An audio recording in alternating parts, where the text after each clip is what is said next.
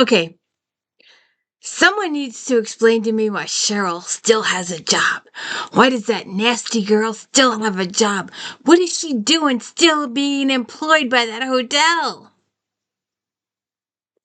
Hey, welcome to the D. Louise book series. I'm Christina K-R-S-T-I-N-A. This is where we read books, talk about books, no special effects, no D music, no editing. What you see is what you get. If you remember that if you ever had a website through Roots Web about 20 years ago, they called their editing system What You See Is What You Get.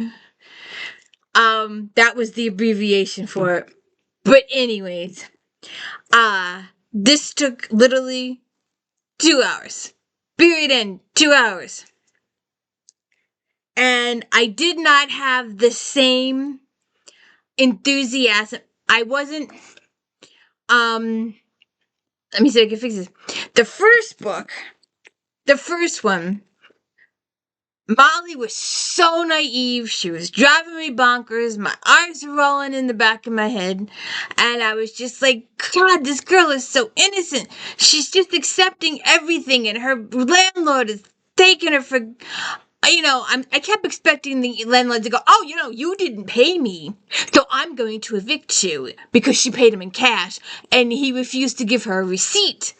And it was just all these little itty bitty things that was driving me absolutely bonkers because she was just so innocent. So, here we are. Book 2. She's better. She's better.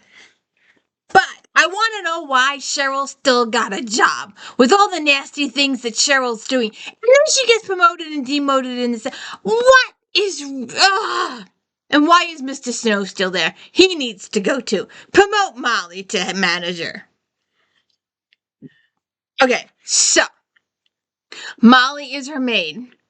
Juan is her roommate. He's out of town the entire book. He's out of town.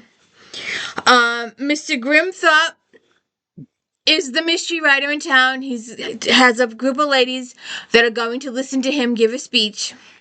And he's supposedly going to make a big announcement at the speech. And he keels over dead before he can give the speech. There's a new maid in the hotel, Lily. She's the new maid in training. And she is very gullible and pushovery, and she's got some issues that she's got to work through. Cheryl, our former head manager, who was demoted to maid because of all the stuff that happened in the previous book. But why does she still have a job? All the stuff this chick did, and she still has a job. And then, when Molly gets pulled to work a different part of the hotel, they promote her back to head maid for a day or two. And then she decides, because she's so horrible at being a maid and doesn't like to do the work, she tells all the other maids, we're going to pool the tips today, so everybody gets the same amount, including her, who didn't do anything. And then she blackmails one of the ladies to pulling the fire alarm at a strategic moment so she can steal a box that contains a first edition book signed by the author, who's now deceased, and it has some note cards in it, and she's going to sell it all on eBay, which they discover. And yet she's still employed by this hotel. Even after all this stuff, she's still employed by the hotel. Would somebody please explain why she's still employed by this hotel? She's stealing, she's berating, she's a bully. I do not like Miss Cheryl at all. I do not like her. And half of this book is told in flashbacks. And I want to know why Molly wasn't in school. Maybe that's why she's so naive. But there was something went with Molly's school. I'm not really sure exactly what it was. So Molly ended up spending her days at the Grimthorpe mansion. She spent half her days cleaning it and the other half of her day reading in the library for her education. And that's where she meets Mr. Grimthorpe, the author. And they have some conversations, and she discovers much, much later, it's a bigger part of the book, and she gives him an idea, on how to resolve an issue he's having with a whodunit situation. Molly gives him the idea, and it actually becomes part of his book. And I'm thinking she should have gotten compensation for that. He should have slipped her a couple. But she was a little kid. And who was going to tell and who would believe? But Molly never said anything because she's naive and gullible like that. She doesn't know any better. I wonder if she never told her grandmother about the conversation. The grandmother been like, oh, we could have gotten a couple bucks out of that deal. So, and then Detective Stark is a little more friendlier in the last book to Molly. She talks to Molly. Molly gives her some clues. Molly helps her out with the case. Molly does eventually confess to her that she knew Grimthorpe from her childhood. Her grandmother was their maid for several number of years. And she knows a couple other people in the household too. And then we have she has a situation with Mr. Preston, who has become like a father figure, grandfather type figure to her. She spotted him at a pawn shop with a book, and she assumed it was the book that went stolen when the fire alarm was pulled. And so she confronts him, and he goes, yes, I did sell this book, but it's not that particular copy. It's a copy that Grimthorpe gave to him personally when he worked for Grimthorpe. And when Molly puts it all together, she does remember Mr. Preston when she was a little kid working for the guy. So she ends up believing that. But then, what happened to the copy that disappeared when the fire alarm was pulled? And it's later learned and revealed that Lily was blackmailed into pulling the fire alarm so Cheryl could steal it. And Cheryl put all the stuff on eBay from the box.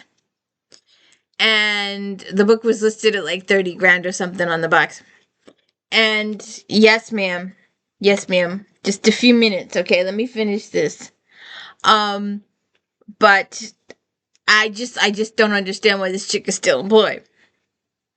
But anyways, so you have Molly is still your maid.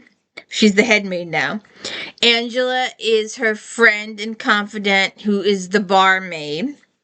Grimthorpe is the writer. Lily Finch is our new maid in training. Cheryl is the former head maid who is now a maid, and I'm still wondering why she's got a job at this place. Sunshine and Sunitha are still employed as maids. We see them very briefly a couple times. Then we have the Lambs, the ladies that were his fan club. And we have Beulah Barnes and Gladys was the literary officer and president, and Bertie was the treasurer, and they have spent their lives in his fan club. And those are pretty much your suspects there. And then, of course, all of Molly's memories from when she was a kid. So, Mr. Grint, he's the only one that's killed in this particular book. It is a massively, massively quick read. Took about 2 hours, literally 2 hours. And he dies. Molly investigates. Half the book is remembering from her childhood and her experiences with Grimthorpe and her grandmother, and a very, very brief reading from her mother, who steals from her. Molly is just so gullible. It's not funny sometimes. She's so honest and trustworthy. It's just. But she gains a relative or two towards the end of the book. There's a couple little twisties.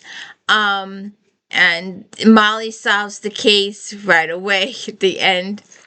But it's just, I still want to know why that Cheryl is. It's like last pet peeve was Molly. How can you enjoy cleaning? Do you enjoy cleaning? Choice. Read or clean a book. Have you seen that clip art all over Facebook? Come on. Reading comes first.